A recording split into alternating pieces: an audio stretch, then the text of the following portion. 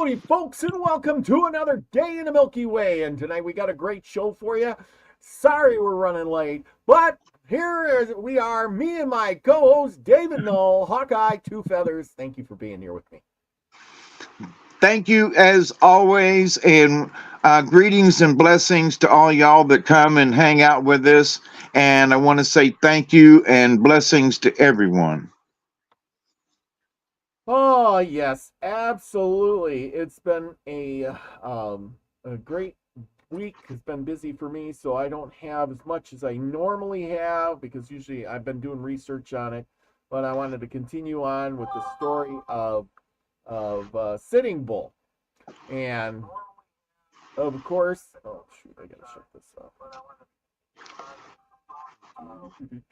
Anyway, and so tonight we're gonna continue on with that story, of course, because hey, that's what counts. Uh, but anyway, remember, people, hit the like button. I'm getting really close to 1,000 subscribers, so hit the subscribe button, pass it on to your friends, and hopefully I will get there by the middle of the year. I only got like 80 more people to go. Ain't that nice? Ain't that something? 1,000 subscribers. Yeah, then I'll be the man. Anyway, let's see. So with Sitting Bull. So I've been reading this book on Sitting Bull, which is not handy. And because I'm last minute getting here. Sorry, everybody. Sorry I was late. Been working a lot. I mean, a lot. So it is what it is. Normal life just gets hectic sometimes, you know. Well, that's And kind of when how you it. least and when you least expect it too. Yeah, I want to put out good content anyhow, but it doesn't. It's not good when I don't feel it's good when I don't put out the greatest content ever. But I like to always be up on things. And I've been reading this book of Sitting Bull, his a biography thing, and it's been really good. Um, last week we talked. Oh, let's see, so put this stuff up, and a little slow here. Usually I have all this stuff prepped. Um, let's see. Gotta share. Yeah. Anyway, here we go. Anyway, last week we talked about Sitting Bull, and we talked more about um, the little bighorn. He was there. He was a principal chief, for the Sioux. But the backstory is where did the Sioux come from, and where did Sitting Bull sit in all this? And little do we know that the Sioux were they were actually they came from the north according to their legends, or the west, I should say. They came from the west across the Great Plains, and then they ended up being on the east side of the Mississippi River. Along that time, they settled down. They were more of like a woodland people. Well, most Indians were woodland people, and because they were woodland people, there's Duggar to save the day. The woodland people would, there was buffalo on the east side of the Mississippi, and they lived in like northern Minnesota all the way into Wisconsin area. But as the the other tribes, as we've talked about, the Iroquois, and the stuff moved, the Huron and all that were moving west because of the white man coming in to contact with them. They moved west too, and you know how that is. It's a domino effect. And when you move, they move, you move, and eventually they got pushed into western Minnesota, and then they became plains people as they got the horse. And you know how that goes. Um, when you get the horse, well, then you can move about freely. They could move their horses around with and their teepees because they didn't have to drag them. Their teepees got bigger. They could forage for food better. And it's said that being a traveling or um, nomadic people do much better. They're happier. I don't know why that is, but it seems that nomadic people are a happier bunch of people. Um, and they roamed the plains. They had to share their territory. They moved westward, as says here, into the Sioux hunting. The Sitting Bull helped extend the Sioux hunting grounds westward into what had been territory of the Shoshone, Crow, and Assiniboine, and other Indian tribes. His first skirmish was with the soldiers in 1863 during the U.S. Army's retaliation against the Sante Sioux after the Minnesota Massacre, in which the Teton Sioux had no part. So, this 1863, that was when the Civil War was going on. I mean, this, we don't think of it like, that much, but the Civil War, had been raging on there. I mean, the white people were fighting white people pretty much. Yep. Yeah, and we just take it for granted that,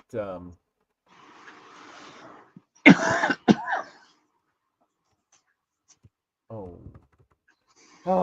man, I'm trying to Yeah, think. and a lot of people nowadays don't realize that we were fighting the Indians while we were doing the Civil War.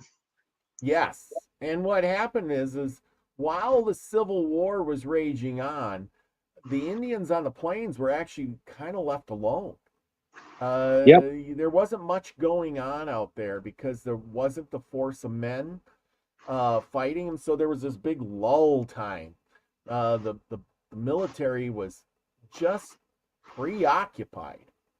You know what I'm saying? They was busy. Yeah. Let's see. Do I have anything about this? I'm looking to see if I got something about the Sioux Massacre. History of the Sioux Massacres. Yes. Okay. Can you see that? There we go. Get rid of some of this. And look at here. Massacres of 1862 and 63. And so we'll blow this up a little bit. But we're talking about Sitting Bull. These are the times when the white people were starting to, get the hell out of Dodge because of the war, too. And once the war ended in 1865, that's when the push came to really get out there and go find a new land. There was like a big depression going on. Here, the writers Especially in the South. Yes, especially in the South. People, we don't think about all that hardship that came along, but there was literally people were starving to death. Their crops, their houses were burned. They didn't have help. The slaves were freed. They were on their own too. It wasn't like they had it any better off. It wasn't like nowadays, hey, I'm going to sign up for some welfare and go get it. You know what I mean? And then stand in line and get free food. And a lot of and at the time, a lot of the slaves, oh, we're free. But now what do we do? Yeah. Especially in the South. Now what do we do? Because the master took care of their lodging and took care of their food. So they got mistreated or whatever, but they had food and and shelter. So now they're supposed to be free. Now what do? They have no job, no way to make crops or whatever, because when the Northerners went through Georgia, for example, Sherman burned his way to the ocean, and they just burned crops and houses and somebody had a barn full of some kind of stock, it was gone. If they had hogs and chickens or whatever, the armies sucked them up literally, and killed the chickens and ate the hogs, and so the Yeah. Southerners were left with nothing. Yeah. When they had to start over, I mean, they had to start over. So the Yeah. South was in terrible peril. And there were a lot of Southern men who just didn't have anything to go back to. Yes. Yes. Exactly. So they And and they moved west. That's what my point was. yeah. Well, and at that time too, I mean, they're out there trying to hunt for food, and everybody had a gun, and you're wiping out the critters. That's just what was happening with the Indians. They're you can only shoot so many deer, and then there ain't no more deer. They didn't multiply. Yep. The So South needed a lot of time for nature to recover because of the onslaught of the Northerners into the area, and yeah, all the men had left and gone to war, and they were spread out in different areas in Tennessee and Mississippi, and yeah, but when the Northern troops came down, there was thousands of them, and they needed to be fed. absolutely. Yeah, there was a big, yeah, you had to feed the troops, just like like I said, the Indians were out there on the plains, and they needed to feed themselves and their families and keep them going. And when the buffalo and stuff ran out, you know, they're at the mercy. Hey, the U.S. government's going to give us food. Well, I guess I'll go onto the reservation. Why not? I mean, I got really no choice. You know what I'm saying? I can do what? I can go on the res. Let me mention something. The Great White Father. Yeah. And we made a treaty, and we have the same issue today. And Yeah. that issue is every 4 years, elections come and the people get moved about, right? Or Yeah. they're not in position anymore. Somebody new comes in. Somebody's elected into Indian affairs, or they're appointed by the new president, and the old guy's kicked out. So the folks that did make promises, I think they made them with very good intentions. But 4 years later, or the next election, the folks that moved in were like, hell no, no, we don't like no, you guys got to go further west. You Yeah. can't be around here. You got to give up your land. Yeah. And so the Indians are like, they broke another treaty, and that's true. But every 4 years, whoever was in there, I don't think they had the same sincerity. There were stories of the Indian agents who were, swiping the food and trading it out, and, trading, good beef for rancid beef, and giving the rancid beef to the Indians. And, it was just horrible. And not everybody was honest back then, just Yes. like the Northerners were carpetbaggers to the South. Yeah. Oh, we're going to help you. And all they wanted to do was buy your land for a couple of dollars, and make you work on your own plantation. So the situation with the reservations was set up to help them, and then it turned into a prison camp. Yeah. Yeah, it did. And nobody cared if the troops if the government wasn't bringing you food and doing what it's supposed to do, and who are you going to complain to? Right. Indian Nobody. affairs. And Yeah. like I just said, every 4 years somebody gets, there's a new person.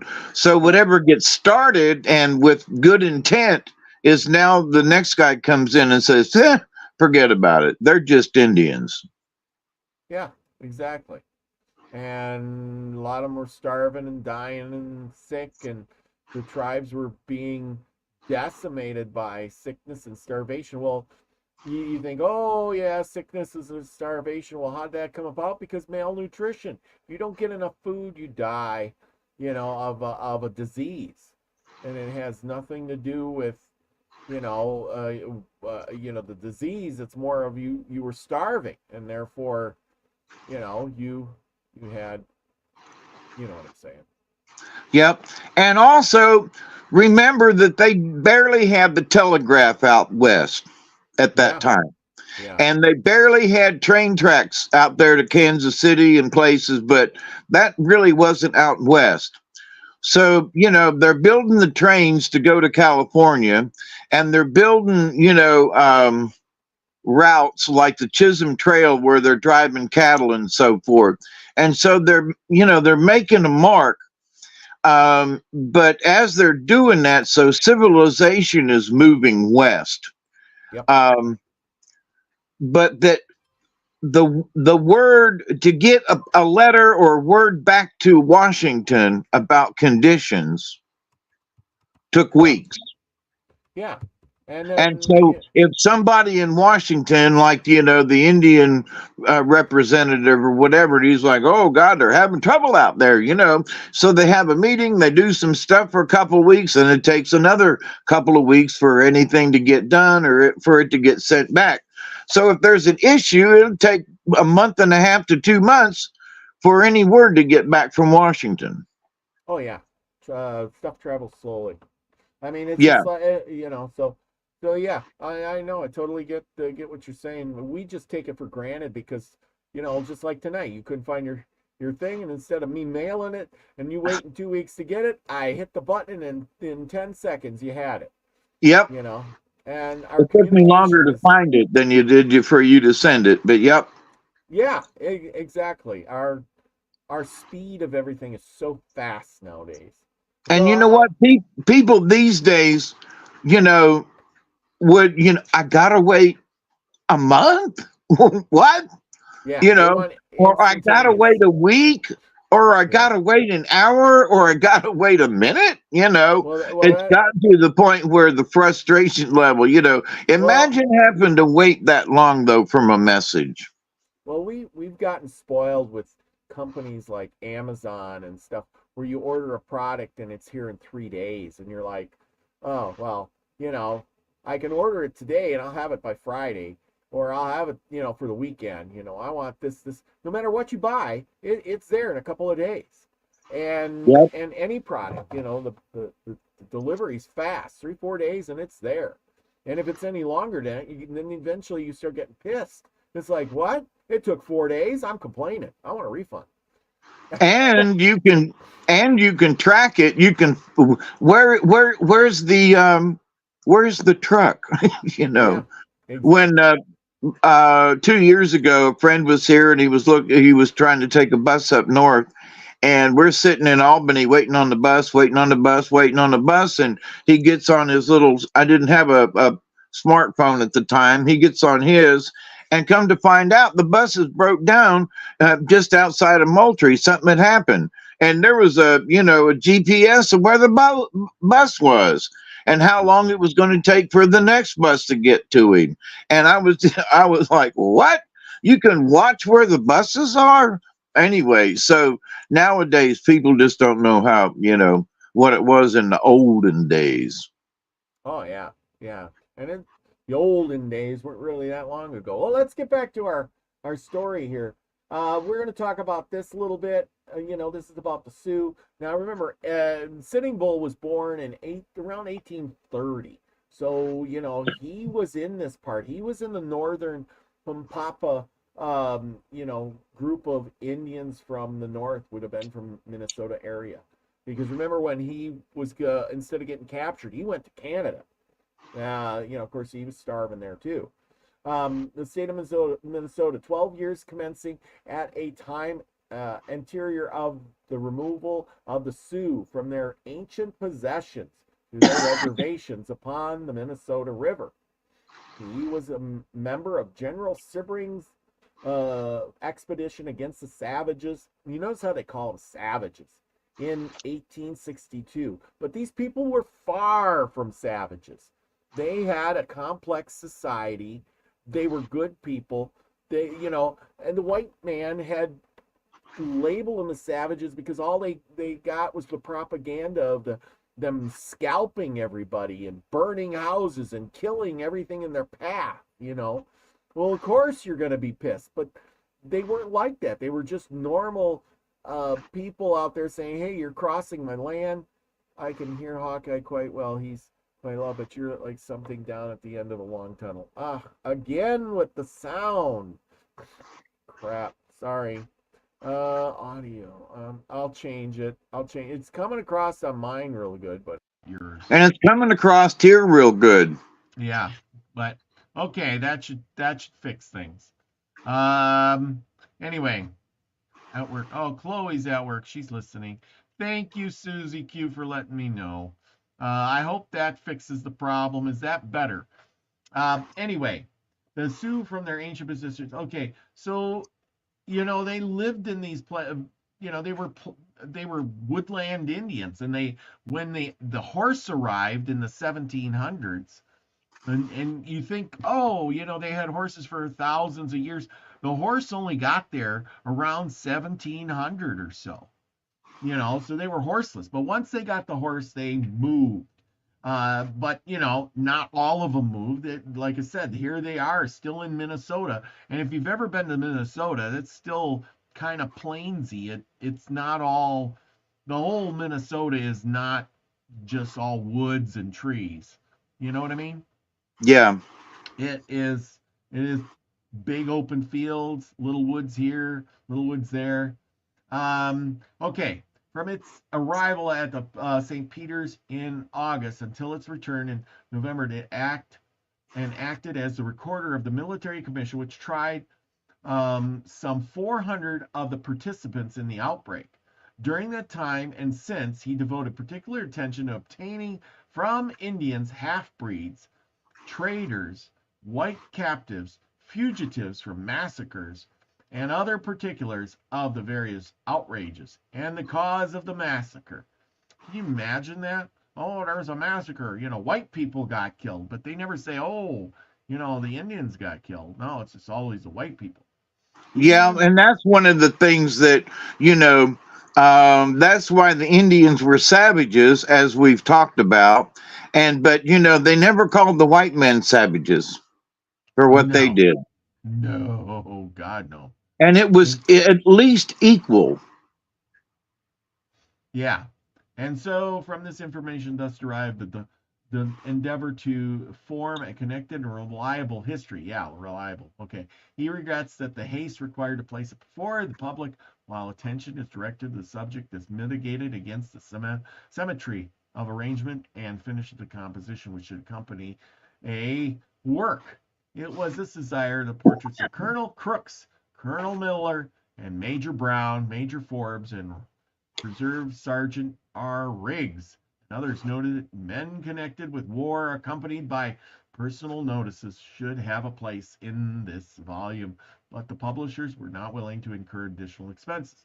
So only this guy got his picture in. So incur additional expense, huh? Yeah, so only this guy got his picture in it. And it's this one right here. I'm sorry. This is General Sibley. That's the guy. How about that? They got that much. I'm sorry, when was that published? 1865. Okay, thank you. Yep. So, like I said, I love these old books because when you're talking about things like this, it's, I mean, the massacres were in 1862 or 63, and they're writing this book, at that point in time. Let's see.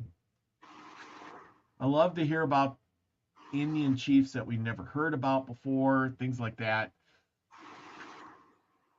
The Upper Minnesota Indians massacre, bloody, which stands as a prominent in bloody drama, which attends the advance of the white races across the continent, and atrocities by which it was attended, the attempt of the actors to enlist other savage tribes on their behalf. Well, no, they should have joined together to make them stronger, but they didn't. They were, Indian tribes fought Indian tribes, and they fought other Indian tribes. And they're even in their own tribe, their like tribe, they would fight each other, you know. And what are they fighting over? They're fighting over hunting ground for food. You know what I'm saying? This is my ground, and I'm going to hunt it, kind of thing. Um, the mysterious part enacted by a Negro. You know, it's how they call them Negroes then. Godfrey, who received from the Indians the name of o- Otokle, Otekle, Otekla, or Tekle, something like that. Or he who kills many. The course of their great orator and chief Little Crow, who was not second to Philip or Pontiac or Tecumseh, the perilous conditions of the captive whites, their shameful treatment, and the particular manner in which their deliverance was accomplished. The trial over 400 of the accused and the simultaneously, get this part, simultaneous execution of 38 of their number are full of thrilling interest. So the Indians are trying to protect their land. There was a massacre, of course. It's like Sitting Bull had said. He said, a dog is very playful and he's friendly, but if you back him up against the wall, once his tail hits the wall, then he becomes mean. You know what I'm saying? Yeah. And that was words of Sitting Bull. Those engaged in the massacre were, with but few exceptions, members of the Nidawakitan, Wapuna, or the Wapatan, and Sisseton tribes of the Great Sioux, or Dakota Nation. They formerly occupied the northeastern portion of Iowa, part of the western border of Wisconsin, the southwestern half of the state of Minnesota, and adjoining possessions in Dakota, a vast, fertile, and beautiful land with great undulating plains over which herds of buffalo roamed, with groves and woodlands in which the deer found a hiding place, with countless lakes. Oh, doesn't that sound beautiful? And streams, mighty rivers filled with choiceless fish and swarming with myriads of wild fowl, the duck, the goose, and the swan, and the brant. I don't know what a brant is. And their shores alive with the otter, the mink, and the beaver.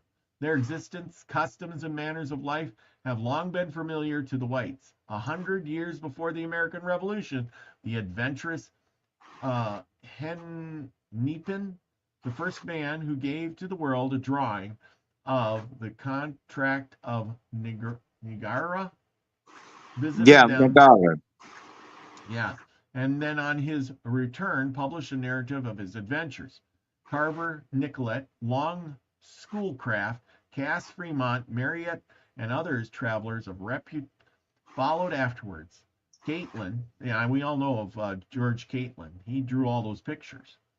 The great Indian painter had preserved the faces of their prominent chiefs on his immortal canvases, and the Schiller and Longfellow have snug of them in their melodious verse. Okay. Melodious. Melodious. Okay, melodious. But I do have the Caitlin pictures here, George Caitlin, somewhere. And if I can click on it real quick, I know By I the way, have it. Longfellow was a poet and a writer. Yes, yes, he was. So, and he wrote about things, and the Civil War really changed him. I read a biography thing on him years ago, and seeing people with their legs blowed off and arms missing, and the true, he considered the true horrors of war, and he wrote about it, in prose and different things. So, but anyway, that's who Longfellow was. And I would suggest, if you've never read Longfellow, it's not a bad read, and you should flip through and read some of his stuff. Yeah, I got a Longfellow book somewhere. And here's some of Caitlin's pictures. of chiefs that, lived. Here's White Cloud, chief of the Iowas. Can you imagine meeting up with these guys? Wow, even if these pictures are half-ass good, it's still amazing capture of what these people actually looked like back in the day. You Yeah, know? but just as a reference, um, they posed for these, so they didn't look like that every day. Just No. saying. Yeah. But when they had to go somewhere or be somewhere, then that's when they dressed up and put on their paint. Okay, so this is the good iconic picture. So I was reading a story about, because we're still talking about Sitting Bull. Now, Sitting Bull had to go to Washington, or he was going to a big meeting to see the Great Father, right? And him and, several other chiefs headed east. On their way east, they came to a place, I forget where it was, but they're basically in their skivvies and their thong, like they would, wear out on the plains. They pretty much most of the time they were half naked, right? Mostly naked. Yes. And when they got to a soldier's camp or whatever it was, some area, they're going along. His other chief guys somehow managed to find clothes, and they wanted to wear the white man's clothes to go meet the Great Father. And Sitting Bull, he kind of missed out on that. He didn't go and find some throwed out clothes from the army guys, right? He just slept through that or whatever it was, and his buddies come back and they're all dressed up and in you know white man's clothes. Well, Sitting Bull said, "I refuse to go meet the Great Father in in my clothes, whatever he had. I want clothes too, or I'm not going." And this is not Sitting Bull. Trust me, this is not Sitting Bull picture. But of course, we don't have a picture of it. But the people felt sorry for him, so they rummaged through things, and they found him a white shirt, and they found him some pants that were too short. But so you got to use your imagination with this. The pants were too short, but it was the only waist that would fit him because it was a small guy, because he probably was pretty thin. And so they got him some white socks, and somebody sewed the white socks to the pants. So it looked like it was one piece because, the white socks had just come down. They didn't have elastic back in the day. So So some lady, they were like pajamas. yeah, so exactly. So he had the white socks sewed to the short pants, and then he had this white shirt, and then they gave him a coat, but the coat was too small. So they ripped it. Some lady was a seamstress lady, and they ripped it down the middle, and they sewed a red blanket in the back of it to make up so the shoulders were wider because that's the only material they had. You got to remember, material is a hard commodity back in the days. You're probably talking, 1850s or something when he was doing all of this, or maybe the 60s. You know what I'm saying? So he thought these clothes were the grandest thing, and they gave him a polished stovetop hat, and so now he's got this, you know, hat on like this guy here in this picture, stovetop hat, and which was popular back in the day. And he's got, a coat that's ripped down the back, sewed with a red blanket in the backside, pants that are too short, a white shirt on, and leggings that probably came up close to his knees, or leg, and with socks going up. And that was his dress. And he thought that was the world, according to the book. But the white people that were looking at him thought it was ridiculous. And most people didn't laugh, but they just took it and, smiled and, and did not, they were polite. But one little girl, I forget what her name was, but she pointed out, the emperor has no clothes, kind of thing, and Yep. said, she started laughing and her father had to take her away. But, the Indian, he's dressed like this. He sees white man's clothes. Any white man's clothes is going to be unbelievably cool to him. You know what I'm saying? Just like this guy putting on the hat and all this stuff. He's thinking he's cool, but he's probably really out of place. People didn't dress like this all the time, but he's dressing like this. We think this is cool, and he thinks that's cool. So, they're the same people. They think like us. Hey, I want to be in style. No matter what it looks like, I'm going to wear that Nike shirt. I'm going to wear that thing on top of my head because that's the in style doohickey, right? They're just normal people. But yeah, here's some more Caitlin pictures. See, like here, you see the guy all dressed up, but what is everybody else? Everybody else is half naked. Barely got any clothes on at all. Yeah, there were some back when the Indian Wars first really started, I guess, right after the Civil War, when there was a lot of cavalry and bluecoats that moved out west, and so when they killed him, the Indians, it was sort of like counting coup. If they could get, one of those guys' hats um, or a scarf or something, and they like the colors. Yes. So there were many of them that, you know, stole the blue coats because it was like, see what I did, Yeah. Well, you can see in these pictures, I mean, this is what they got, buffalo robes, moccasins, things like that. And the white man's just, they're wearing, regular clothes, I guess it's one of the, I want what he has kind of thing. You know what though? The one thing that they didn't get that I noticed, they weren't about getting their boots. Yeah. Yeah. Indians, you didn't, they like, nah, I'd rather go barefoot or wear my moccasins. Well, So they and weren't see, in, they didn't steal their boots. and I agree with that because that, it's hard if you're, I've seen even with people nowadays, people who wear flip-flops all the time or don't wear shoes much, you know what I'm saying? And then you Yep. tell them to put a boot on, they just think it's the horriblest thing to their foot, you know? Yeah. And I can imagine because, you're carrying this heavy thing, your foot's all sweaty inside, it's not fun, you Well, know?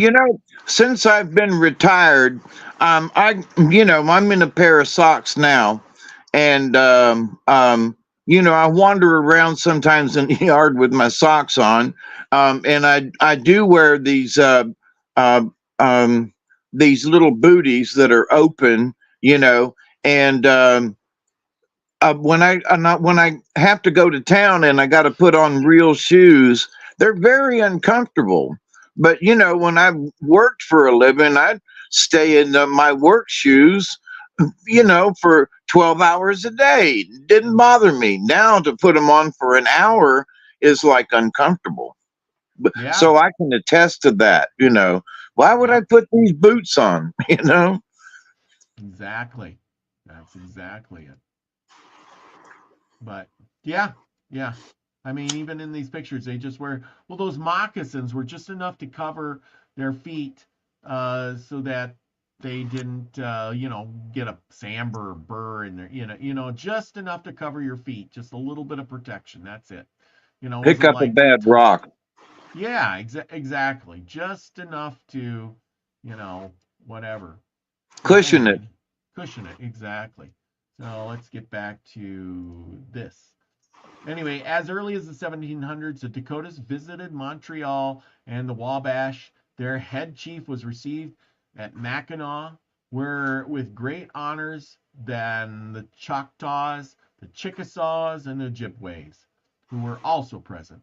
The British officer in command wrote a song in honor of his coming, of which the following is the last refrain.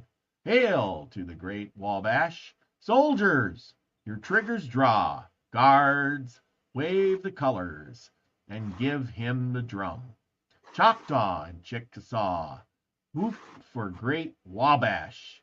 Raise the porcupills, the king's friend is come. Quickly following the earliest traveler came. And I wish I could tilt that, but I can't. Sorry. So, anyway, there you go. Hal pulling a travois.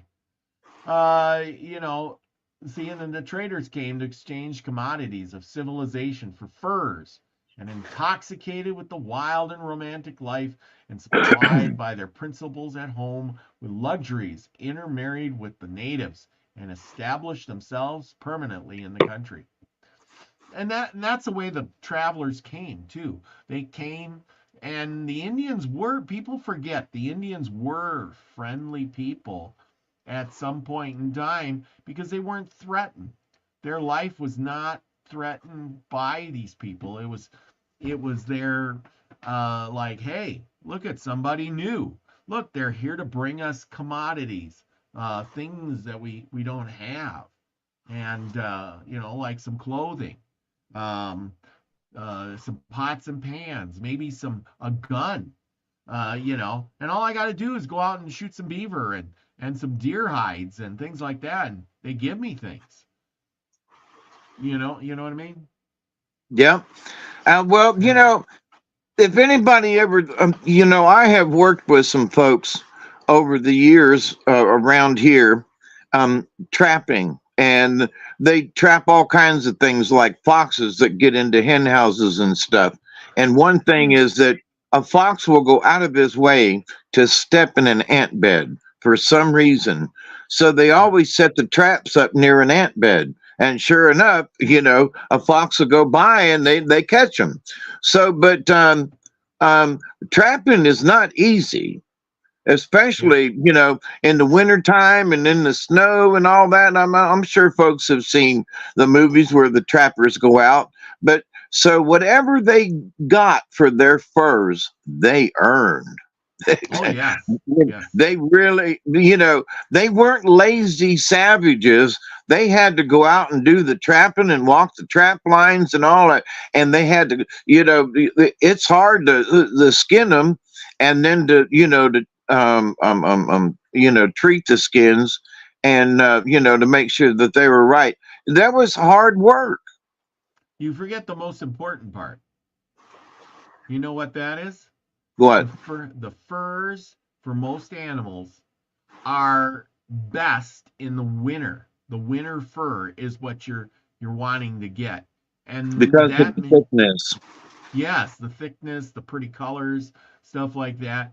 And that means you're out there not just in the summer when it's nice. You're out there in the winter when there's 2 to 10 feet of snow in the cold water trying to catch a beaver.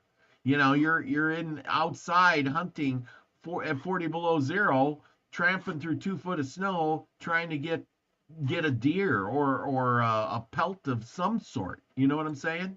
Yeah, or a fox, because some of the foxes up north, they change colors. And so Yes. they're more gray and white in the wintertime. So that would be more preferable than, that gives a choice um, between the summer with the red and then the winter with the white and gray. So absolutely. Yeah. And that's exactly it. Um, so you're out there hunting in the winter when it's the worst time of the year to be outside. And that's what I'm saying is you're doing this in the worst possible conditions. It's a lot of work. You're saying. And, I mean, if it was in the summertime, it'd be like, oh, it's a breeze. I go down to the creek. It's hot. I jump in and go set my traps. It cools me off. I go look for a deer. I shoot one. I drag it home. It's all fun and games. No. not so good.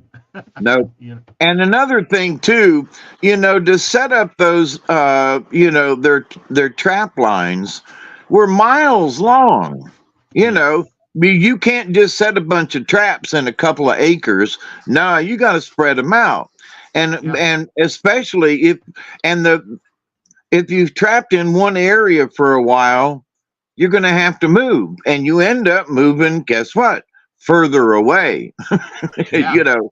So every Yeah. time you go to set your traps, you got a long way to trudge through the snow. If it's raining, whatever it is. So inclement weather was almost daily. Yep, yep, exactly.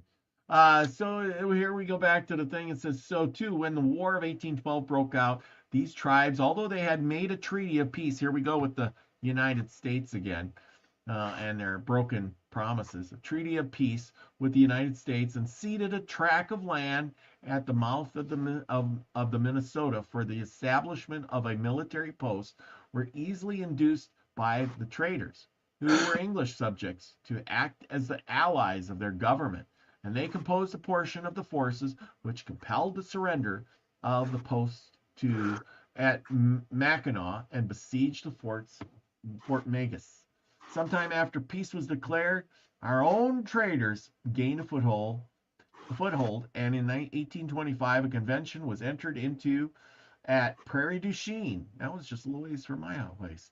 Between the tribes, I've been to Prairie du Chien, between the tribes and the United States, by which it was agreed that every act of hostility committed by either of the contracting parties against the other should be mutually forgotten and forgiven, and the perpetual peace and amity should thereafter exist between them. And in 1830 and 1836, they seceded part of their lands in Iowa, and in 1837, all the portion lying east of the Mississippi River.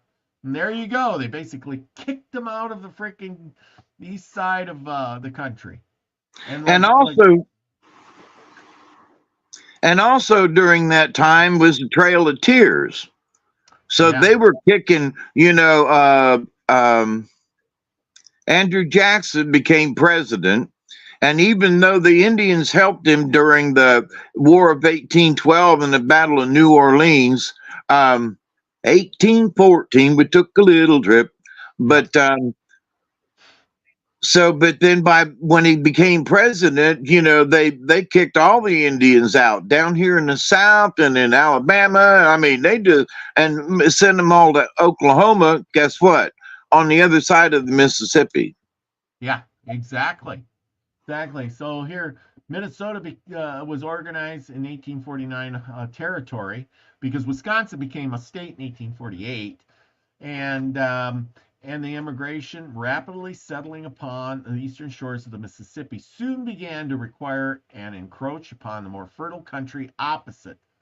And that's the whole thing is there's that's very fertile country. Iowa, Minnesota, that's where all the corn's grown. So in 1851, the Indians, and again, they're getting pushed back.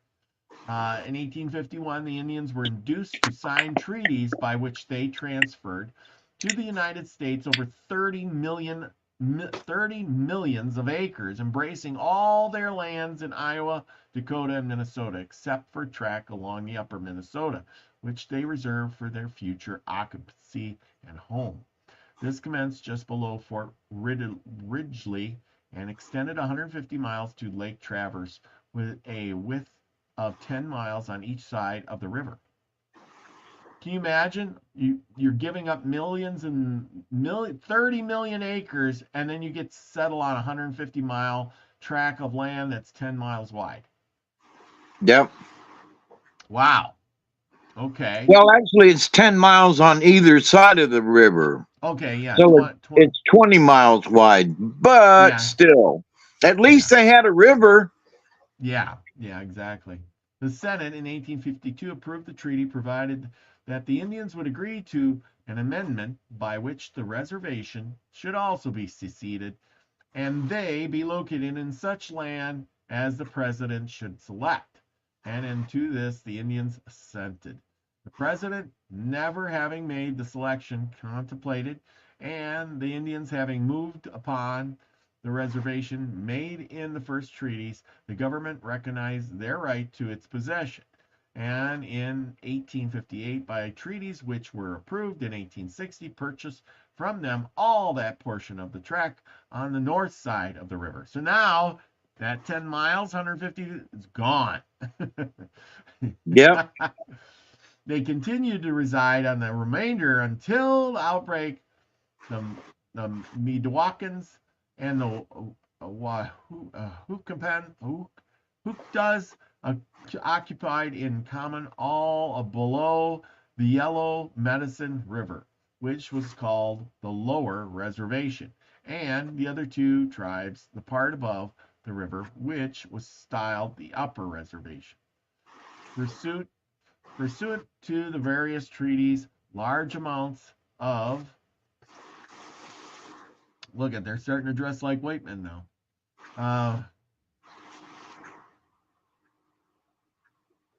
Here we go. Money and goods were annually delivered to them, and labor performed for their benefit. For the superintendents of these matters, an agent resided among them, and two places for transaction of business were established, one 14 miles above Fort Ridgely on the Minnesota River and known as the Lower or Redwood Agency, and the other at the mouth of the Yellow Medicine and designated as the Upper or Yellow Medicine Agency. And the inhabitants of the Indians were of very comfortable character. Some lived in low circular houses made by themselves from wood and covered with bark. Others in brick houses, a story and a half high, constructed by the government. Ooh, look at they had low income housing way back then. Yeah. Either I you was can, trying not to say it, but you did. yeah, it's like, oh, look, back in the 1850s and 60s, they were low income housing already. And Indian the, slums. yeah, and they were getting food, money, and the government was building them houses. And you got to choose between living in your own dugout house made from wood and covered with bark, or you can live in a brick house, or you can live in your teepees of canvas resembling the Sibley tent now in use in our army, which was modeled after their teepees by the rebel General Sibley when stationed in Minnesota. The different bands under their hereditary chief occupied separate villages, with the exception of some 100 families who had been introduced by divers considerations to become white men who lived together without distinction of bands. See, they were kind of integrating them already. They had their hair cut short, wore coats, platoons, balloons, attended church and schools, cultivated the soil, and elected their president or chief after the manner of the republic, where married by a clergyman and buried their dead in the ground. Remember, they did not bury their dead in the ground before. The other remained Indians, left their hair unshorn, wore the breechcloth, blanket, and leggings, married as many wives as they pleased after their own fashion, placed their dead on scaffoldings in the open air, and made themselves brave with paint and with the feathers of an eagle, then went upon the warpath against the Chippeways and tortured, killed, and scalped, murdered, mutilated men, women, and children. In addition to the Indian population were many half-breeds or mixed bloods, and a large number of whites consisting of traders, employees of the government, and others. Around the agencies were churches and schools and warehouses and stores and residences and shops forming thriving villages. A few miles above the Yellow Medicine were the churches and schools of the Reverend Briggs and Dr. Williamson, long missionaries among the Sioux. At Parle, there was a dwelling house and a school of another missionary, the Reverend Mr. Huggins, and a storehouse and blacksmith shop belonging to the government. All belonging, it's all belonging to the government. See, That's the thing. It's a big corporation. The big Now Stone think Lake. about, here you are, a Native American who has grown up believing and having Mother Earth belonging to no one and open to everyone. Okay. Yep. And their ancestors and they have been able to roam wherever they wanted to.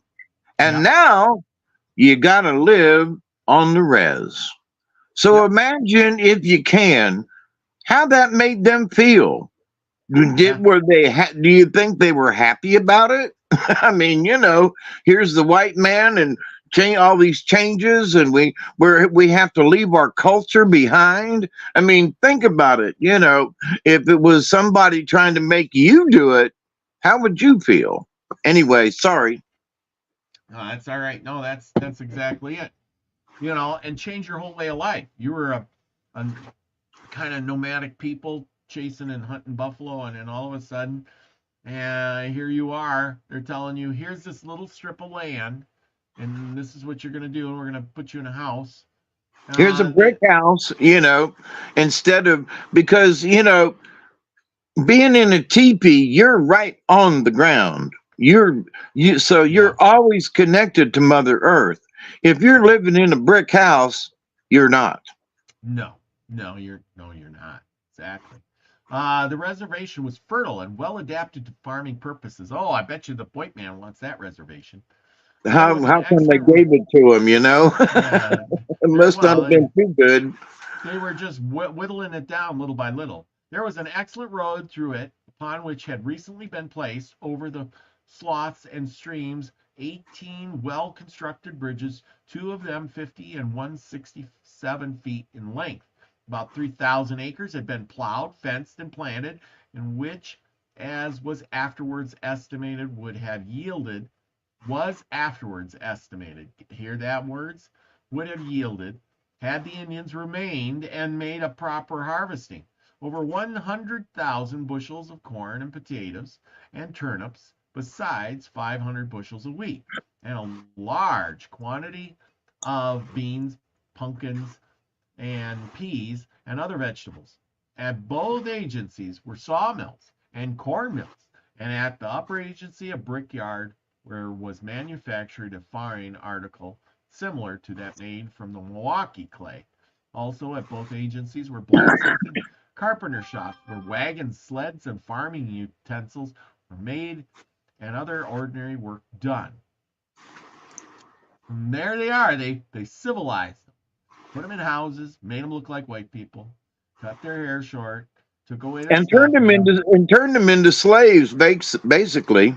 yeah, Because and the then white man, there wasn't enough white people to work that much territory. So, woo, come over here, Indians, and work the land with us, and then we're going to take your corn and peas and leave you with nothing. yeah, Shame on so them. exactly. It says here the Indians had plows, hoes, scythes, cradles, oxen, gear, harnesses, carts, wagons, and usual farming implements, and oxen, cows, calves, and sheep, and horses. Large quantities of hay had been cut and particularly cured, and materials for the erection of some 70 or 80 new buildings prepared. The farmer Indians had coats, pants, shirts, coffee, tea, salt, sugar, candles, soap, vinegar, molasses, rice, and lard, and tubs, buckets, churns, hardware, and queensware, and other household articles. You know what? It sounds like they turned them into us. New Yep. blacksmith shops were being put in operation at different points at the lower agencies. Bed of clay suitable for the manufacture of brick, similar to the ones of Yellow Medicine, had been discovered and work commenced upon it for that purpose. And then it just goes on. Um, the conversation which he had with Little Crow, their head chief, 3 days before the fatal 18th of August, furnished no indication of what was about to transpire. Being aware of the Crow's influence among the blanket Indians, Mr. Brath had previously promised to build him a good house if he would aid in bringing around the idle young men to habits of industry and civilization, and would abandon the leadership of the blanket Indians. Crow ascended to this, and the carpenter work had all been ordered and nearly completed in the conversation before alluded to. Little Crow selected a location for it and seemed to be well pleased with its position. He had shortly before been defeated for the speakership of the lower Indians, but he cared nothing about this. If elected, the other Indians would just be jealous of him. He stated he had a store of yoke of oxen, of wagons, and plenty of corn and potatoes, and was now living more comfortably than ever before. He said he'd just been grinding his scythe to cut hay, and that 2 or 3 of his young relatives were coming to help him, and they would soon cure enough for the winter. There was a young Indian of his band present who Crow said would make a good gun could make a good gun stock, and he showed a well finished stock which he had made and requested that he should have sent it to him a set of tools with which to work. Crow had spoken out of this before Galbert told him he had sent for a complete set and they would soon arrive. These, he said, were all the requests he had to make, and he believed they would be complied with. And so far removed from the agent's thoughts was the terrible tragedy which afterward ensued, that the day before its occurrence, leaving his family at Yellow Medicine among the Indians, he started for Fort Snelling with some 45 men whom he had recruited on the reservation, consisting of half-breeds. I love how they say just half-breeds, employees of the government, and went as far as St. Peter's. Over the soil which the Indians had sold, civilization had made rapid strides. So see, the Indians sell it, and then the people from Ireland, Germany, and Norway, and Sweden had made another country of the old world from every part of the new world. And had come a quarter million people came there to live in their land. Made of the land of their home. Through the once quiet waters of the Lake Pepin, past the tall cliffs which Winona had taken her death leap, countless steamboats puffed their way. Yeah, and within earshot of the cave where Carver heard the Dakotas moaning and weeping for their departed, the locomotive uttered its harsh scream. At St. Anthony Falls, over which the canoe of Scarlet Dove dashed when she sung her last song, and to which the trembling Indian brought belts of porcelain, pipes and rings, tributes to be hung in the air to the friend presiding there. Prosperous villages had sprung up, and its mad waters whirled industries, vast machinery, in obedience to the voice of man. Far and wide where the buffalo roamed, herds of cattle and quiet sheep flocked and grazed, and the plowman turned the globe. The scaffolding on which the Indians placed their dead passed away, and the cemetery, with its cross and whitened marbles, took its place. Almost within stone's throw of the reservation was the prosperous town of New Ulm, and the emigrants even crowded upon the land vacated by the Treaty of 1858. Everywhere appeared those works by which the great Caucasian mind asserts itself supreme. Nor did the whites fear the Indians. It is true that the Inkpatude Puda, I guess that is, and 8 of his band in 1858 had killed some 40 persons, but they were outlaws from their tribe, and their acts were discountenanced by their nation, and one of them fell by the hand of another native Dakota. The weird religion of the savage, his mad dances, his antique traditions, his strange attire, attracted attention and interest, which were increased by the certainty of his not very distinct extinction. And see, they already knew in 1865 that his very distant extinction, and the fact that he would never be forgotten, while river and lake and hill and state and country and city and town should owe to his language their beautiful, harmonious names.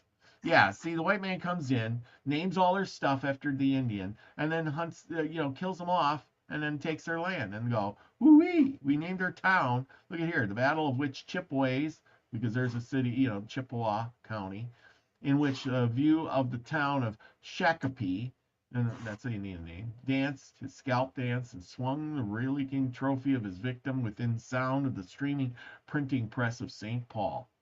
Yeah, there we go. I'm going to end it right there, and we'll pick up next week because this leads into, why, a Sitting Bull was as famous as he was, you know.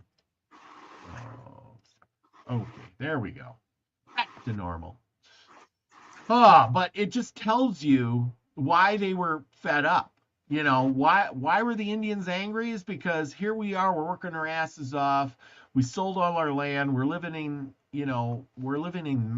men's houses, white man's houses. We got all this stuff, but you know what? We're not happy. We just can't be happy. And then we look across the river and there's 250,000 people over there. We just sold our land to. I used to hunt over there, and now you've destroyed it. Our cemetery over there, we used to put our dead people, you plowed it under, and now it's a field. And where we, used to hunt buffalo is now crops and cattle are grazing on it. It's all fenced off. I would be mad too just looking at it. Even if I had a place to live, I'd be like, oh man, you took my childhood home, the lands and forests and trees that I used to roam in, and it was peace and quiet. Now you got a train going by going toot toot. And not only that, they looked across the river and said that was the land of my father and his father and his father's father. All of my grandfathers, hunted and lived on that land. And now I can't even go over there and visit where the ancestors, used to be, where they lived. Yeah. And exactly. so, it was personal to them in the present situation, but it was also spiritually really tough on them because of their ancestors in the land. And so so for them it was a double whammy, in Yeah. that, excuse me, in that respect. Exactly. It sure was. I mean, what a devastating blow. I mean, Really, I, you I, know, I, yeah, I'm, and we call them savages, just and the thing about the white man, they never do get enough, and big business was always the push. So, yeah, there were rich men who went out west and established towns and then brought the railroad through that town. yeah, So, they and sometimes they went out west and bought a town or made a town and the railroad moved. But the folks who planned it, and just like today, the big shakers and movers who go to Davos and all these other places, and they plan the moves of what's going to go on for this year. They yeah, did the same thing back then. Well, we're planning on moving this train through here. We got to lay so many miles of track, and we got to do this. We're going to need X many laborers. And it was all about business, yep, and how yep, much land can we take on the way? And can we shoot a few Indians and get rid of that? We don't want to have them Indians, messing with their trains, and, all of that. The big business guys sat up in their chairs and decided what was going to go on.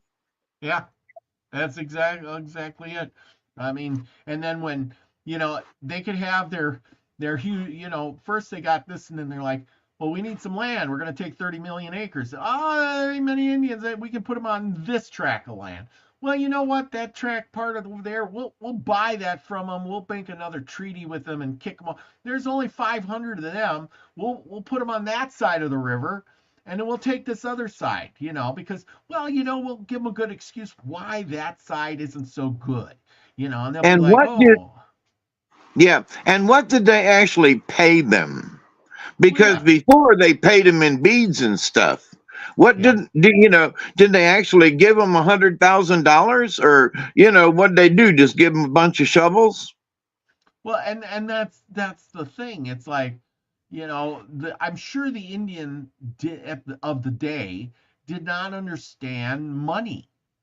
I mean, like what will that buy? I mean, I'm sure he was a stupid, but he didn't understand the concept of like, well, this land is worth X amount because I had it appraised. Didn't understand the value. The They value, understood yes. money, bought stuff, but they didn't understand the value.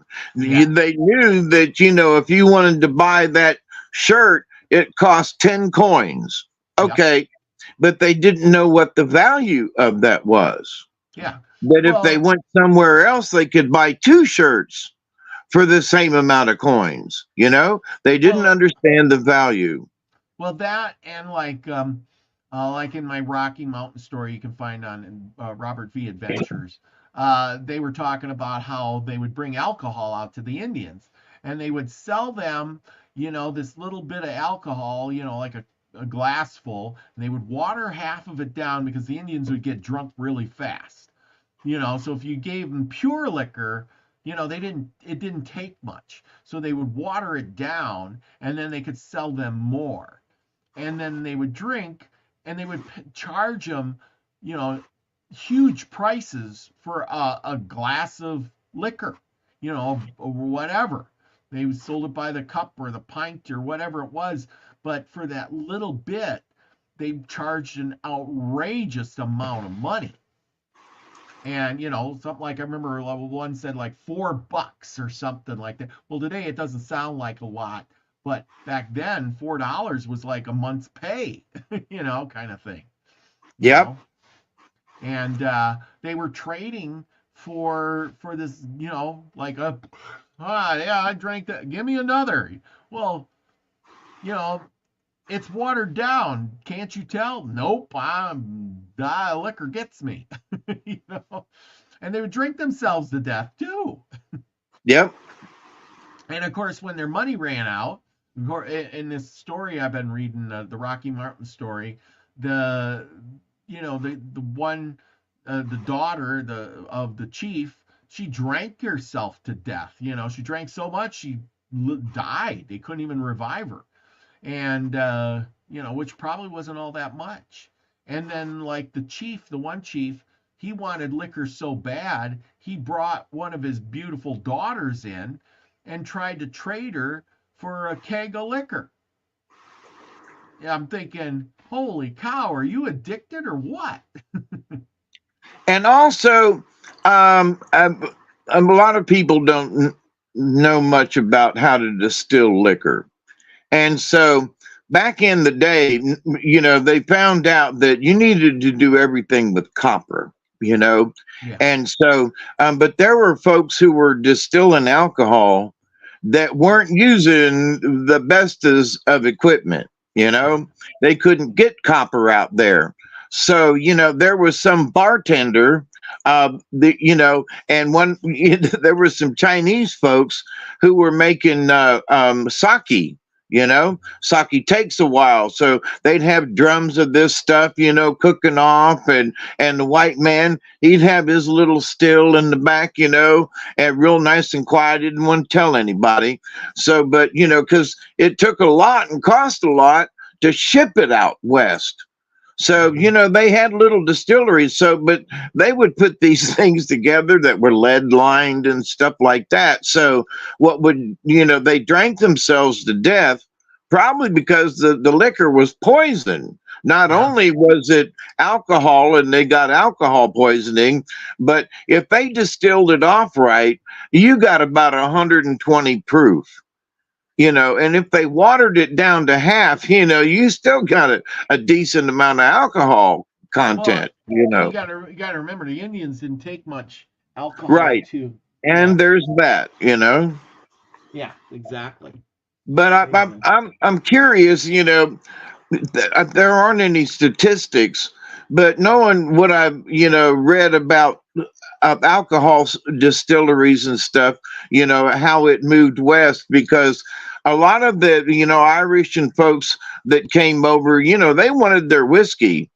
And they lived in the Appalachians, and there's a lot of stills in the Appalachians. And then when them folks moved west, they took their stills with them. They took their alcohol with them. They didn't leave it behind. Oh, hell no. Somebody was making it and be out behind the barn. You know what I mean? That's right.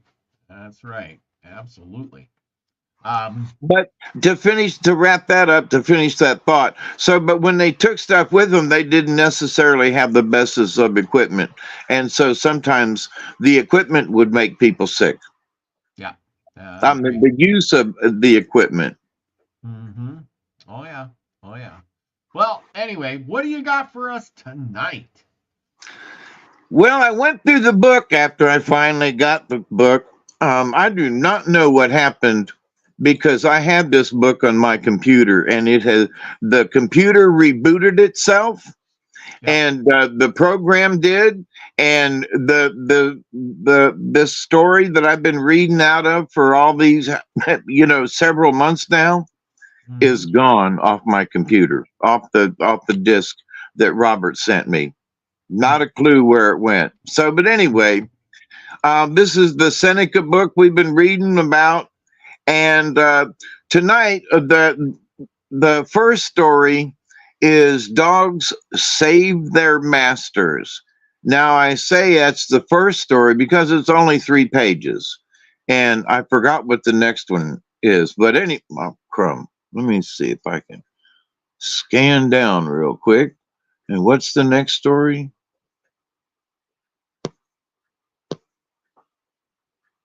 The Deserted Village is the next story, and it's only about 3 or 4 pages long.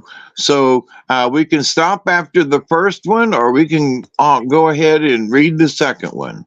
Well, it's up to you. I'm good, but I mean, I just, we'll see how the time goes. Yeah, remember we didn't start till 10:15 or 9:15. Sorry. Yep. Well, 10:15 here, but yep. All right, let me get a drink and cough up a loogie. Mm-hmm. Yep. That's the way it goes. Okay. It's all yours. This story, Seneca Traditions and Legends. Dogs save their masters. Their master. There was a Seneca who was very fond of hunting. He had 2 dogs that were so strong that they could kill a bear. One winter, this man started off to hunt. After traveling 2 days, he camped and began to look for game. He hunted many days and killed a great many animals. One night, just as he was going to sleep, the dogs began to bark furiously. Not far from the camp was a large elm tree with the top broken off. The man had thought the tree was hollow, but he had never examined it. One of the dogs now ran in the direction of this tree. The other followed, and by the sound of the barking, the man knew that some creature was in the tree. After a time, one of the dogs came back and said, "My brother, maybe we are going to die tonight. On the tree, there is such a creature as we have never seen before. I will watch it, but mark me with a coal from the end of my mouth to my ear on each side." The man did as the dog asked. Then the dog said, "Now I will go to the tree, and my brother can come and be marked." He ran off, and soon the other dog came and was marked. Then the hunter took a torch and went to the tree. On the broken top was a terrible creature. He could see its head and a part of its body. It had long teeth, enormous eyes, and huge claws. The man had never seen any animal so dreadful. As he went back to camp, one of the dogs followed him and said, "We shall be killed, but we will do what we can to save you. You must hurry to the village. Don't take a torch or a bow with you, they'll be in your way. Put on a new pair of moccasins and take a second pair. I'll lick the soles of your feet so you can run fast." The dog licked his master's feet, and then the man put on new moccasins and started for home.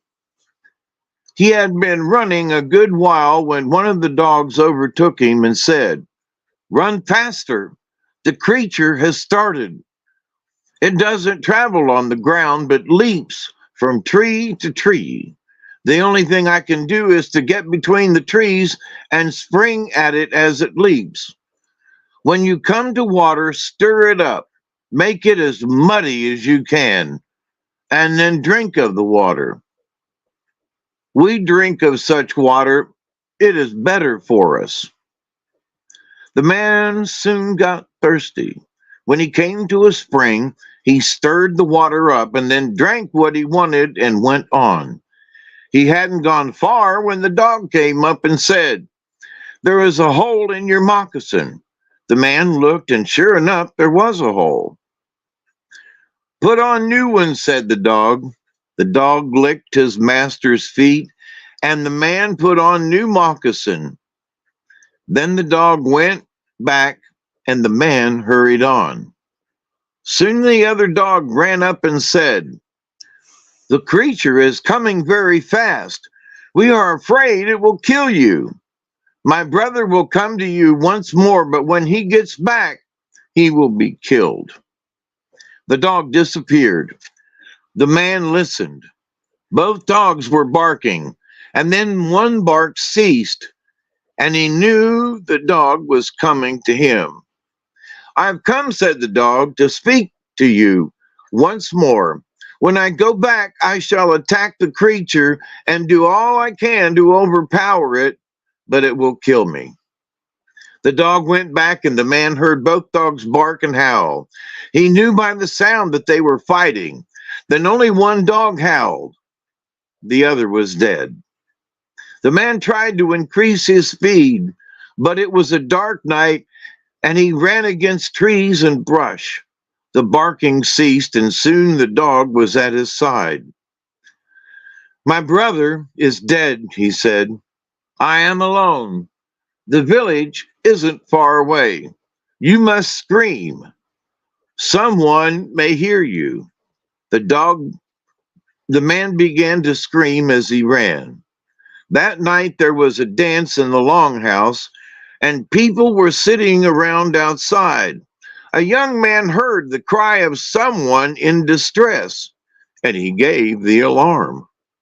The dog came once more to encourage his master. "Do your best," he said.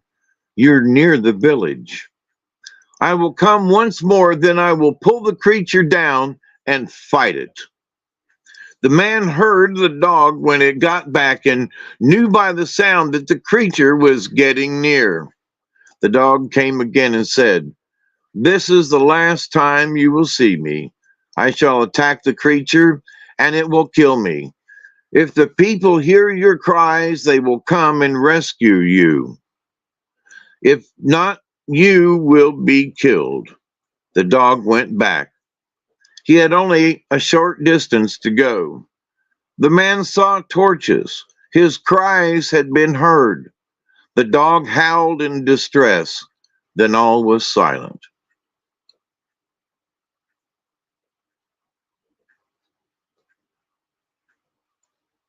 Holding up, when the man saw the torches, he struggled harder and harder to get to them. As the people met him, he fell. Holding up their torches, the men looked ahead and saw a terrible animal. Its forelegs were longer than its hind ones. They shot at it, but it disappeared.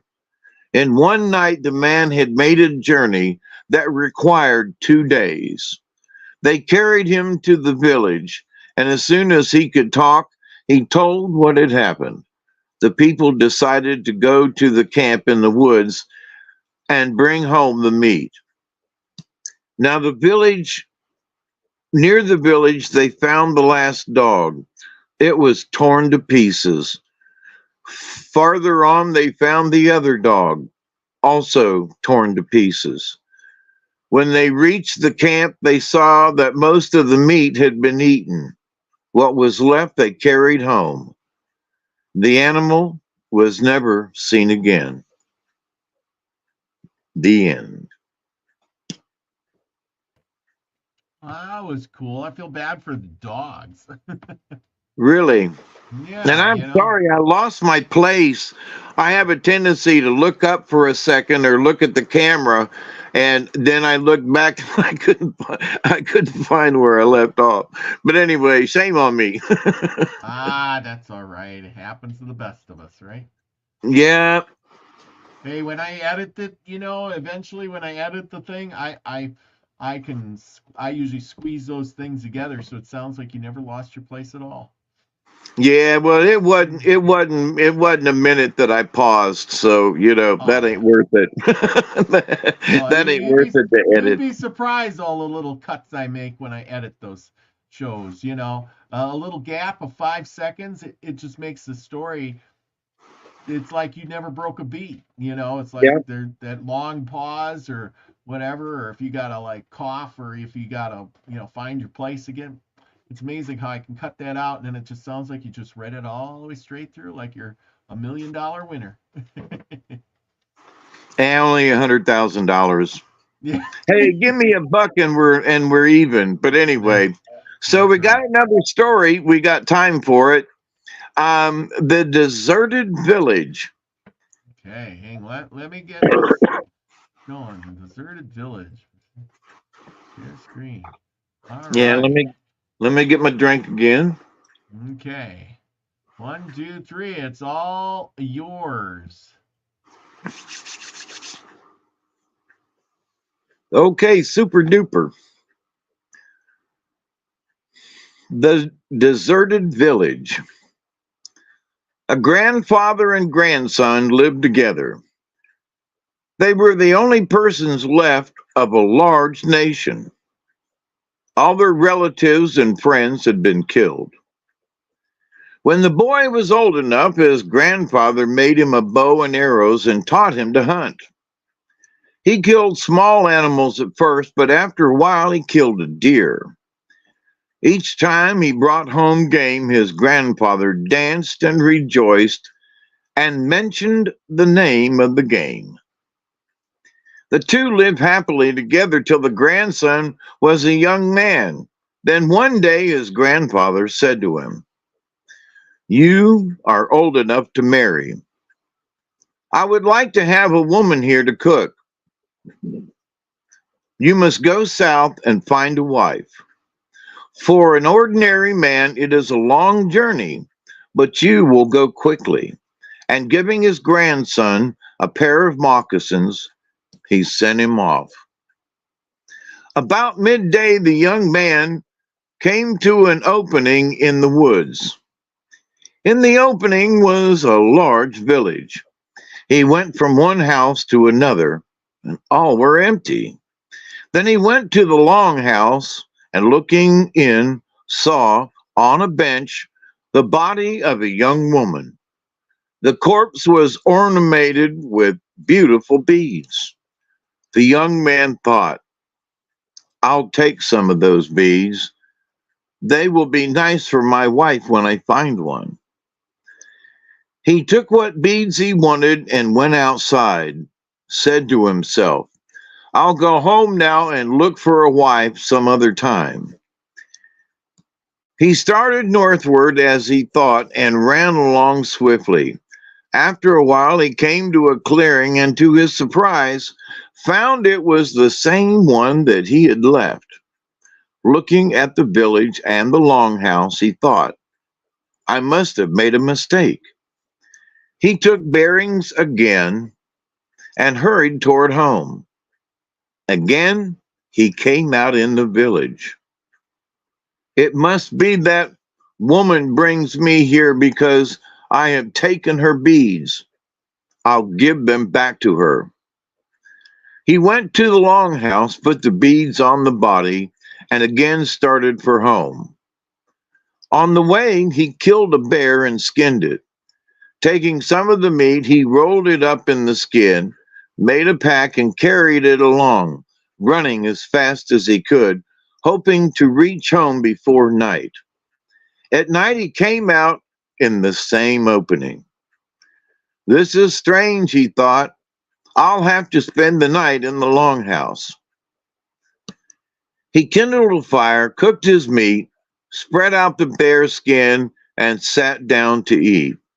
As he ate, he threw the bones behind him. Soon he heard crunching and gnawing. Maybe a hungry ghost does that, thought he. I'll give it some meat. He threw pieces of meat behind him and heard them eaten. After he had eaten enough, he crawled under the bear skin to sleep. Soon, something began to pull the bear skin from his feet. He sprang up, stirred the fire, and put on more wood. All was quiet, and he lay down again.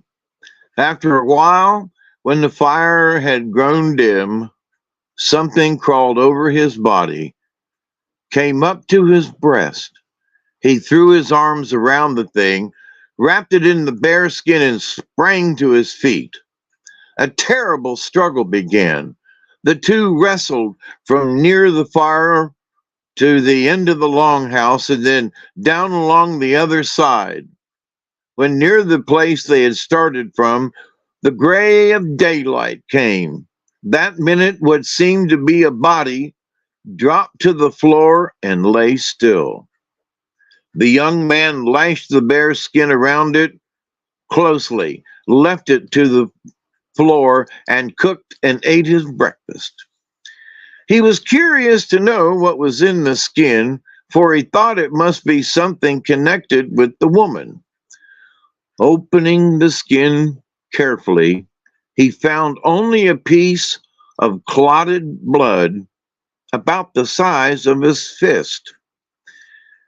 He heated water, dissolved the blood, and with a wooden ladle he whittled out with this flint knife. He poured some of the blood into the woman's mouth. It went down her throat. Again and again he poured. At last, the woman's breast began to move. When he had given her half the blood, she breathed. When she had taken it all, she said, "I'm hungry." The young man pounded corn, made thin gruel, and fed her. Soon she was able to sit up, and in a little while she was well. She said, "People lived in this village till a short time ago. Many men from the north have wanted to marry me. When I was unwilling and refused each one of them, they changed me and drove my father and all of his people away.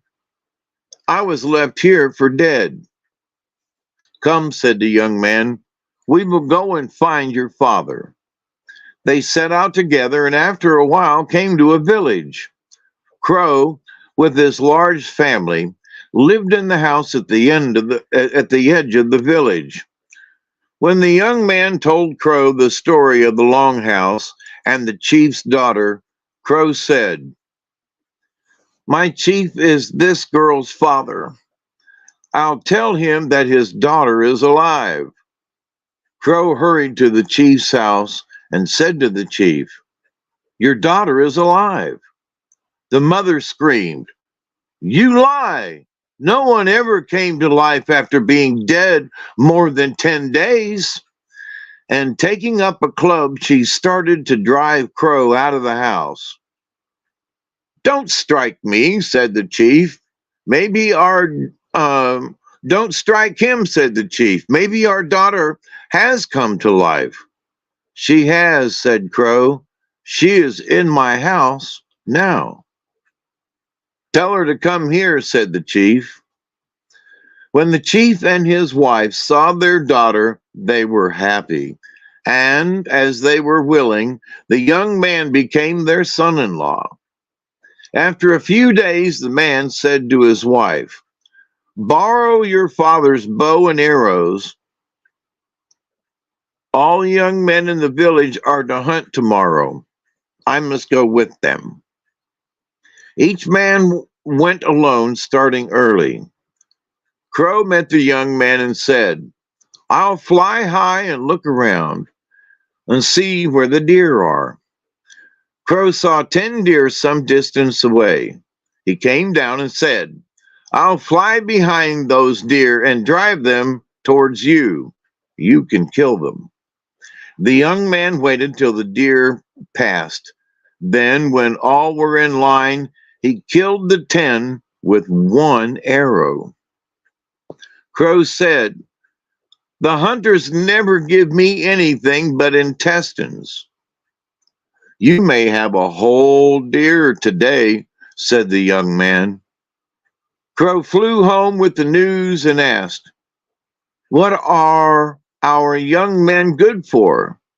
The chief's son-in-law has killed 10 deer before sunrise. The other hunters had bad luck.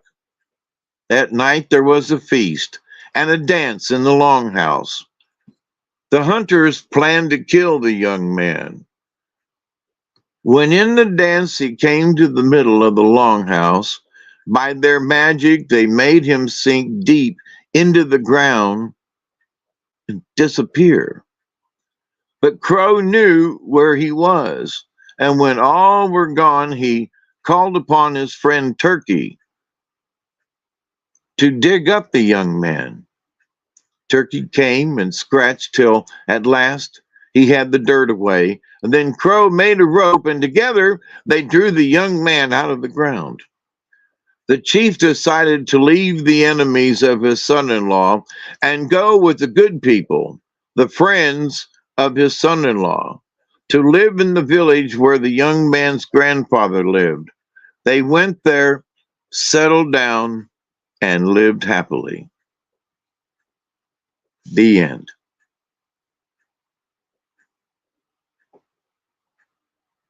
Well, that was a good one. Yeah, there wasn't any killing of relatives or lopping off of heads. You know what I mean? That's right. That is right. But the guy who's a hero, he could kill 10 deer with one arrow. That's amazing. Yeah, and Turkey came and scratched him out. That's interesting. And like he says, and then she chopped off his head. Yeah, they didn't say what happened to the other hunters, and whether or not they were going to assassinate him later on. But that's another story. That's another story. Yeah, well, they went there, settled down, and lived happily. So, that's cool. That's happily ever after. Mm-hmm. Before happily ever after was like a thing. Mm-hmm. Exactly. Yeah. Yeah. That was I don't know who invented the happily ever after. Oh boy. Oh, you got a card for us tonight? Yeah, I picked some earlier. Oh, good deal. And so we'll go through them here and see what we got. Okay. Lim just hit my roof. Oop, let me get the book. The first one up is antelope. And we haven't had antelope in a while. No, not in a while. And I think antelope is about stamina, but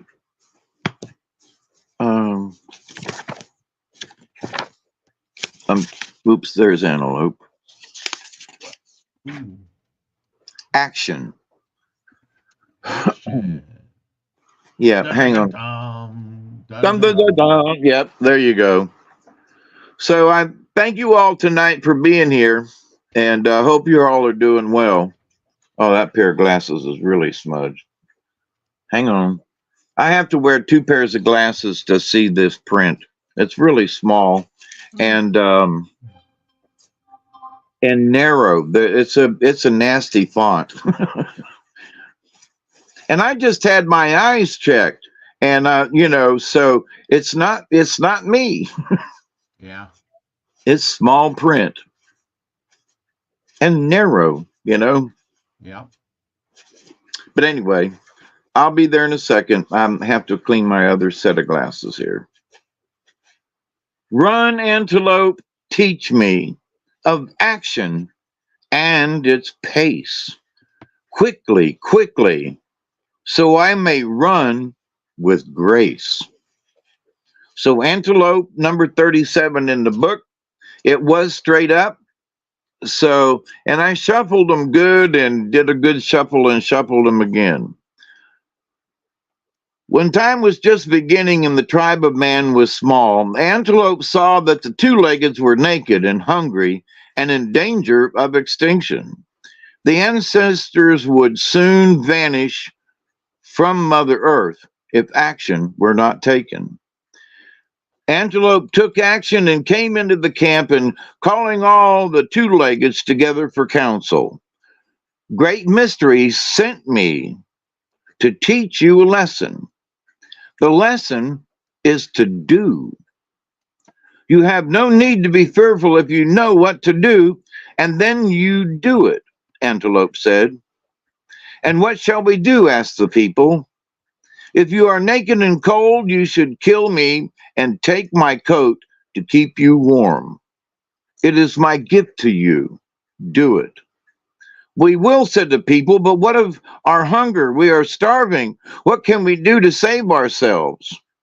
If you are hungry, you should kill me and take my flesh, for it will nourish you and make you strong. It is my gift to you and a part of my evolution.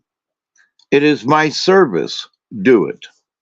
Antelope knew that humankind would survive the Ice Age if the people learned to eat meat. Before the movement of the Great Ice Mountain, fruit and vegetables had been plentiful, and the two-leggeds had no need to eat of the bodies of their fellow creatures. The clans of the second world ate antelope, taking the instinct and wisdom of the four-leggeds into their bodies. The people learned through each creature's essence how to survive. In other words, if you ate deer, you ate their essence. You felt like deer. If you ate a possum, then you felt like a possum. If you ate a goat, then you were a billy goat. They were taught never to waste or to take more than they needed. When they were in need, the two-leggeds knew how to take action. Humans learned antelope's lesson well. Because of antelope, humans took proper action. This is the important part. They took proper action and survived to this present day. Antelope taught humans to honor the gifts sent from the great mystery and to avoid indiscriminate destruction of life.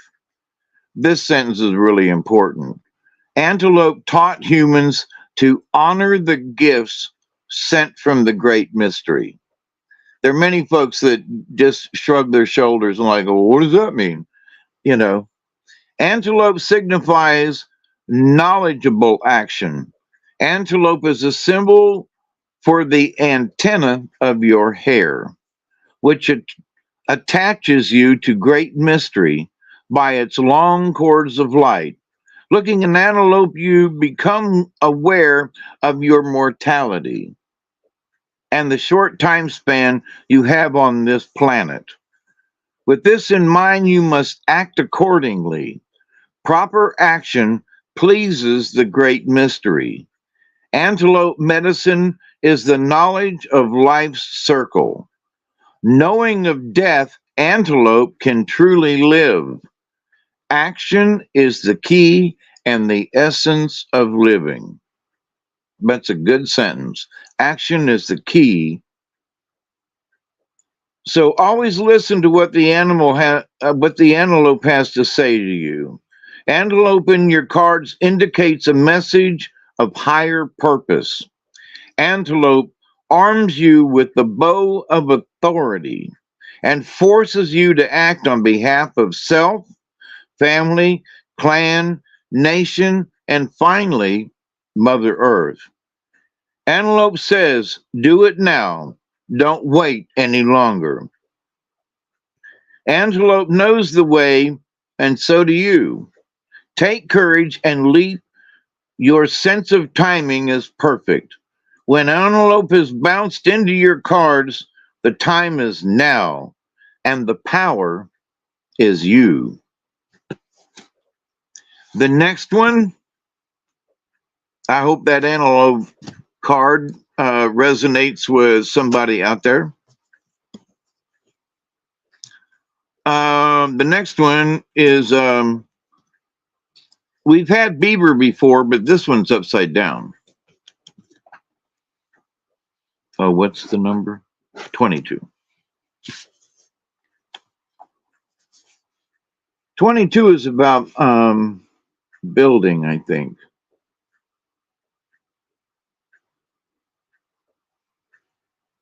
Beaver is the builder. Beaver, teach me to build my dreams, including others too. One mind, one thought, hearts as one, lessons learned from you. Beaver is the builder. Beaver is the doer. Isn't that interesting? We just came out of antelope, and what did antelope say? Do it. Beaver is the doer in the animal kingdom. Talk about linked together, eh? Beaver medicine is akin to water and earth energy and incorporates a strong sense of family and home. Ain't nothing wrong with that. If you were to look at the dams that block woodland streams, you would find several entrances and exits. In building its home, beaver always leaves itself many alternatives and escape routes. This practice is a lesson to all of us not to paint ourselves into a corner. If we eliminate our alternatives, we dam the flow of experience in our lives. If we eliminate our alternatives, so you say, well, I might be able to do that. No. I think I could do it this way. No. If I try it this way, no. So if you eliminate your alternatives, we dam the flow of experience in our lives.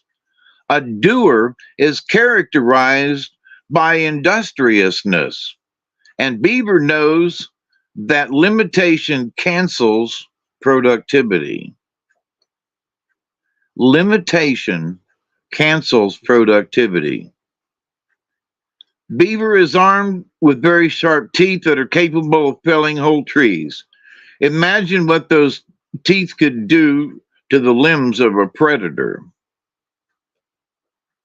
To understand beaver medicine, you might take a look at the power of working and attaining a sense of achievement, working together with somebody else to achieve a goal. In building a dream, teamwork is necessary. To accomplish a goal with others involves working with the group mind. Group mind constitutes harmony. And it's the harmony of the highest order, without individual egos getting in the way. Each partner in the project honors the talents and abilities of the others and knows how to complete the piece of the puzzle that belongs to them. If beaver has appeared in your spread, it may be time to put your ideas into action. If antelope says do it, or to complete some project that has been neglected. a project being neglected. The beaver card could also be asking you to settle differences with fellow workers or friends. Weaver tells you to look for alternative solutions to life's challenges and to protect the creations which you put your love and energy into. Sometimes Beaver brings you a warning to watch your back. If this is your message, you will know it by the position in which the card falls. It was straight up, and that means that Beaver's telling us to work together and to be a doer. That's just interesting. Those two cards went right together. 42 is, can anybody guess? Number 42. Let's see where I am. 42 is bat. We haven't had bat in a while.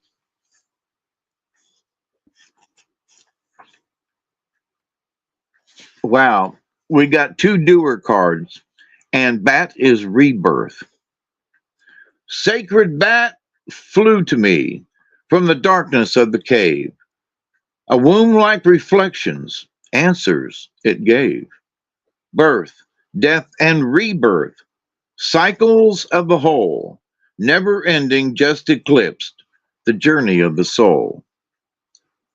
Steeped in the mystery of the Mesoamerican tribal ritual is the legend of the bat, akin to the ancient Buddhist belief in reincarnation in Central America. The bat is the symbol of rebirth. The bat has for centuries been a treasured medicine of the Aztec, the Toltec, the Tolkien, and the Mayan peoples. Bat embraces the idea of a shamanistic death.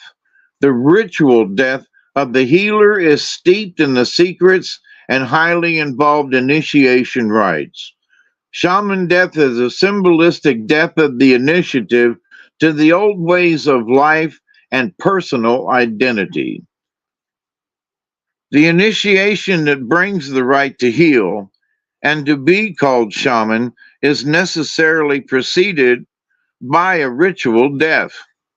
Most of these rituals are brutally hard on the body and mind and spirit.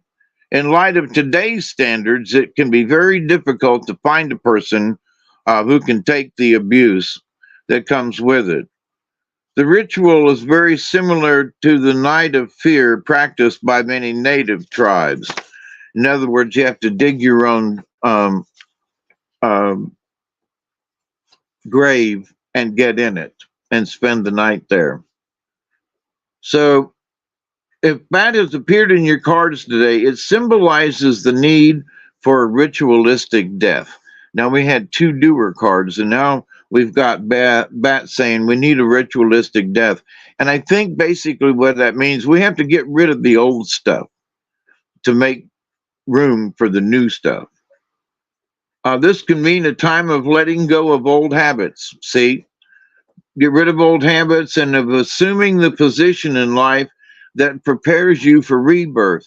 So as you get rid of old habits and things, you are reborn because now you don't have those kind of things to bring you down or hold you back.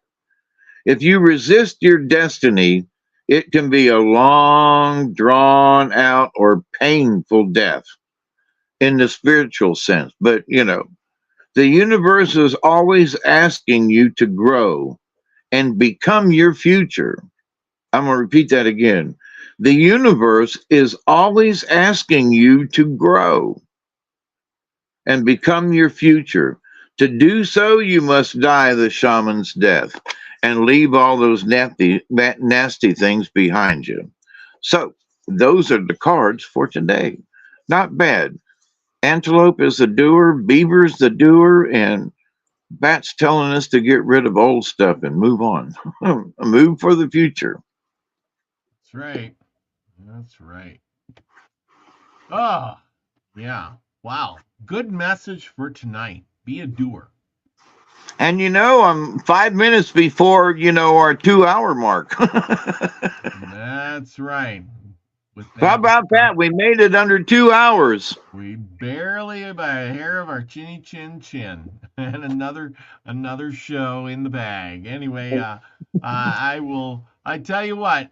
Next week, hopefully, we'll finish up. Maybe I'll do a little more on the Sioux. Finish up with that story. But people, I suggest that if you're interested in this stuff, check it out yourself. If you want that PDF that I was reading out of, let me know. I'll send it to you too. Email is in the description below. Give me a like and a thumbs up, whatever, too, because it helps the algorithm, of course. And what do you got going on this week? I see we're on the other day talking about those particles. Oh, yeah. That's an interesting thing. And, people need to shorten up. We've been covered with stuff from above, and we've all seen it. We know but those aluminum nanoparticles are literally, because they've been doing this for years, has gotten into everything. And there are a lot of scientists that are talking about this now, but it's all on the QT. Nobody in the major news or anything's talking about it. But in certain places, they put so much of this out that it's killing plants and the biodiversity of stuff. The plankton has dropped by like 90% or something, and that Mm-hmm. feeds the whales and other creatures.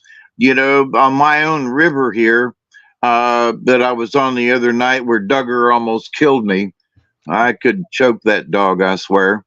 Mm-hmm. But with all these nanoparticles of aluminum, it's bad for us. Because these particles are so small, they get drawn up into plants. I mean, oh my God, it's everywhere. And of course, it's not our fault.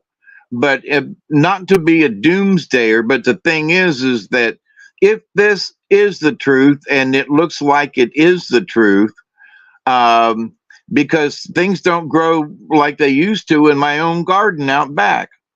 So the answer to that is to try to grow indoors, a little greenhouse, a little something, and grow indoors, and with potting soil, and keep your fingers crossed that it will do better. But outside, if they continue with this stuff, it's only going to kill the plants. And that's just so. There's an answer: grow stuff inside. Try to build, if you're going to have a project for this year, build a greenhouse as large as you can afford. Yep, I agree. And I it's a agree. shame, but that's a short-term answer, but it's better than nothing, Mm, yeah. because you can Yeah. actually grow plants indoors without any soil. You Mm-hmm. can use different mediums, like rock wool and things like that. And, so you don't have to worry about the contamination of the soil. And also, you can, use lights to augment whatever the sun doesn't do for your plants. So, but anyway, there is an answer. There are solutions, but folks gonna have to get off their duff and do it. That's true. That is true. You got to do something, you Yep. know. But see, Uh, that's the answer. See, Antelope says, a doer, and same as Beaver tonight. So, you asked me a question about that. So we need, these are things that we need to do, not just say, well, I don't know what, and we're all going to die. Well, at some point, yeah, but, you could do a lot better. And if you grow your own stuff, even a little bit, you have the enjoyment of, I just picked some fruit. I just pulled squash off my plant and had fresh squash tonight. Not fresh squash from the store, but there's that thing about, what I mean, Robert. I When you do. get stuff out of your garden, ain't it just the best?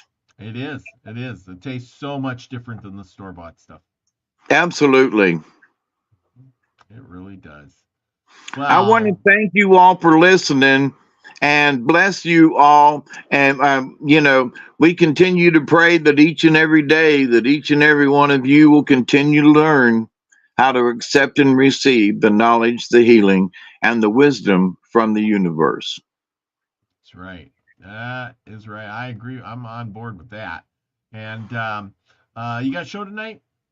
Yeah, I think for a little bit. Yeah, I'm kind of cranked up, so I'll go get some coffee and and take a Great. short break, and then yep. Yeah. And I'll be back this week. I got a bunch of shorts coming out, so people check that out. Remember, Saturday night I got Zigzagzilla coming on. We're going to be talking about DMT.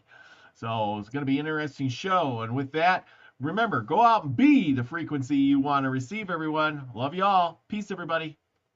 Cheers.